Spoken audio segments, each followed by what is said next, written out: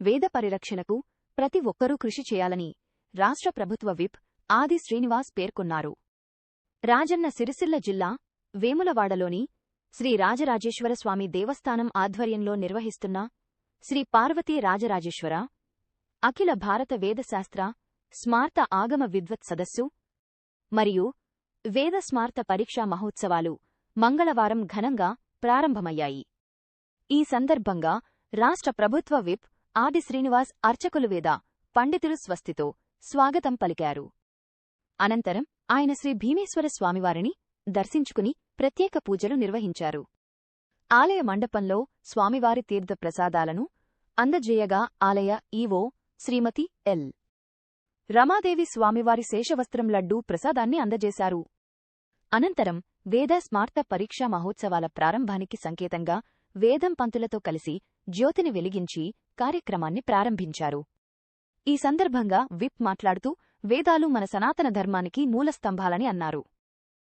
వేదాలను పరిరక్షించడమంటే ధర్మాన్ని పరిరక్షించినట్లేనని పేర్కొన్నారు. భారతదేశంలోని ఆధ్యాత్మిక సంప్రదాయాలు, ఆగమ శాస్త్ర విధానాలు ప్రపంచానికి ఆదర్శంగా నిలుస్తున్నాయని ఇతర దేశాల ప్రజలు సైతం మన సంస్కృతిని అధ్యయనం చేస్తున్నారని తెలిపారు.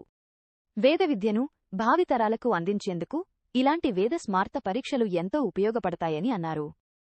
తెలంగాణ ప్రభుత్వం దేవాలయాల అభివృద్ధికి విశేష ప్రాధాన్యత ఇస్తోందని ముఖ్యమంత్రి రేవంత్ రెడ్డి దేవాదాయ ధర్మాదాయ శాఖ మంత్రి కొండా సురేఖ ఆధ్వర్యంలో ఆలయాల అభివృద్ధితో పాటు ఉద్యోగ నియామకాలు కూడా చేపట్టడం అభినందనీయమని పేర్కొన్నారు. వేములవాడ రాజన్న ఆలయం అభివృద్ధి కోసం తాను ఎల్లప్పుడూ కృషి చేస్తానని భక్తులకు మరింత మెరుగైన సౌకర్యాలు కల్పించడమే తన లక్ష్యమని తెలిపారు. వేద విశ్వవిద్యాలయం ఏర్పాటు, సంస్కృత విద్యాభివృద్ధి వంటి అంశాలపై ప్రభుత్వం దృష్టి సారించాలని ఇప్పటికే అసెంబ్లీలో ప్రస్తావించినట్లు వెల్లడించారు. అలాగే ఈ నెల 30, 31 తేదీలు మరియు ఆగస్టు 1వ తేదీన నిర్వహించనున్న వరుణయాగం ద్వారా సకాలంలో వర్షాలు కురవాలని, పాడి పంటలు సమృద్ధిగా పండాలని, రైతులు సుఖసంతోషాలతో ఉండాలని, శాంతిలోక కళ్యాణం చేకూరాలని స్వామివారిని ప్రార్థించనున్నట్లు తెలిపారు. దేవాదాయ శాఖలో పనిచేస్తున్నటువంటి అధికారులు, అధికారిణులు, అదేవిధంగా వేద పండితులు, బ్రాహ్మణోత్తములు, ప్రధాన అర్చకులు, ఉప ప్రధాన అర్చకులు, విద్యార్థినులు, అనేక ప్రాంతాలు చేసినటువంటి వివిధ పరీక్షలలో ఉత్తీర్ణులు కావాలని, తద్వారా భవిష్యత్తులో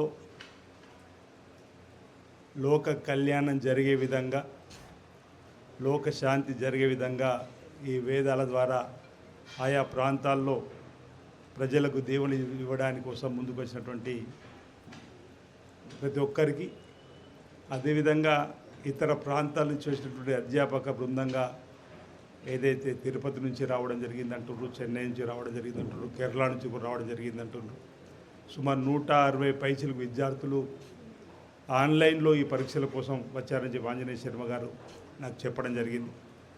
ఈ సందర్భంగా మీ అందరికీ, అదేవిధంగా పాత్రికేయ మిత్రులు కూడా నా తరఫు నుంచి పేరు పేరున నాకు శుభాకాంక్షల్ని సందర్భంగా తెలియజేస్తూ, మన సనాతన ధర్మాన్ని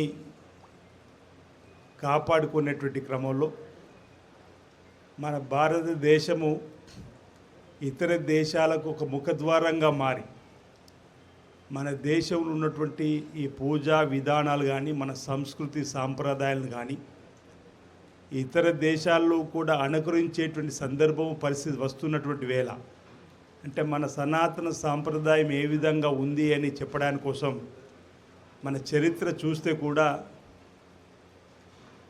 ఆగమ శాస్త్ర ప్రకారము 4 వేదాలకు సంబంధించి, ఇప్పుడు చతుర్వేదానికి సంబంధించినటువంటి పరీక్షలు అనేటువంటి క్రమంతో పాటు ఇప్పుడే ఎన్నిటికి పరీక్షలు జరుగుతున్నట్టు సుమారు 7 పరీక్షలు ఈరోజు ఇక్కడ జరుగుతూ ఉన్నాయి. 21 నుంచి 26 తారీఖు ఉన్న దానిలో ఋగ్వేదము, శుక్ల యజుర్వేదము, కృష్ణ యజుర్వేదము, సామవేదము, అధర్వణ వేదము, ఋగ్వేద స్మార్తము, కృష్ణ యజుర్వేద స్మార్తానికి సంబంధించినటువంటి అంశాలలో ఈరోజు ఇక్కడ పరీక్షలు జరుగుతూ ఉన్నాయి.